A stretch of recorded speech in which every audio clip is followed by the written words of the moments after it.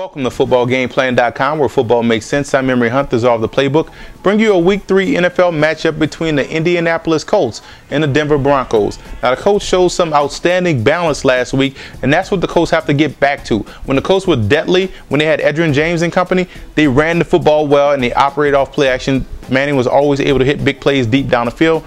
They got a little bit too pass happy in recent years, but this running game, what we saw last week against the Giants, is there. They just have to continue to stick with it, and everything else is going to work like clockwork. So they have to make sure they continue that balance that they had last week against the Giants. That's number one. Two, that O-line has to be able to protect.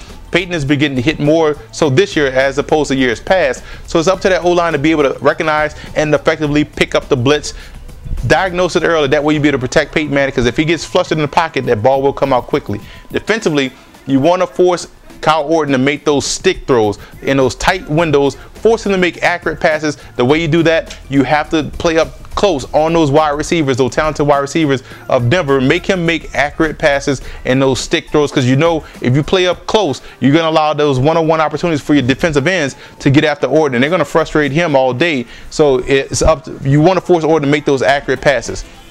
Now on the flip side, for Denver, you know the Colts are going to bring pressure. You know these guys are going to come after the quarterback with Freeney, Mathis, and also Hughes. So what you want to do, the quick screen game, the quick short passes is going to loosen up that pressure. Also, what it also does is allow you more opportunities in the run game, a lot more spacing for Noshawn Moreno to make quicks. He's a shifty runner. So you want to get these guys off balance, force the Colts to play to neutralize that pass, or force the Colts to think instead of coming flying up the field. And also you look at offensively, you want to attack the Colts secondary. You still have some opportunities to make some big plays deep down the field.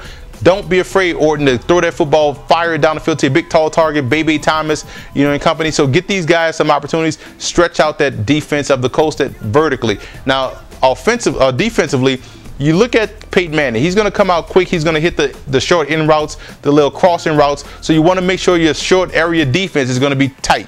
Those linebackers have to get a beat on those wide receivers, and they have to come up and make short tackles. If you're going to allow the Colts to take the short things, you want to make sure they pay for it. So short area defense has to be a key. Those linebackers have to be able to put a knockout blow on these wide receivers. I'm going with the Colts in this game. The Colts showed some balance, and if they're able to stay with that balance right now, I think that's going to help out. Where Denver struggled last week, or where Denver was able to have some success, they were able to make Seattle one-dimensional. The Colts showed some balance. You're not going to make the Colts one-dimensional. That's why I think the Colts go on the road to Mile High, tough place to play, and get a victory. For more NFL coverage, visit footballgameplan.com/NFL, or you can visit our YouTube channel at youtube.com/footballgameplan.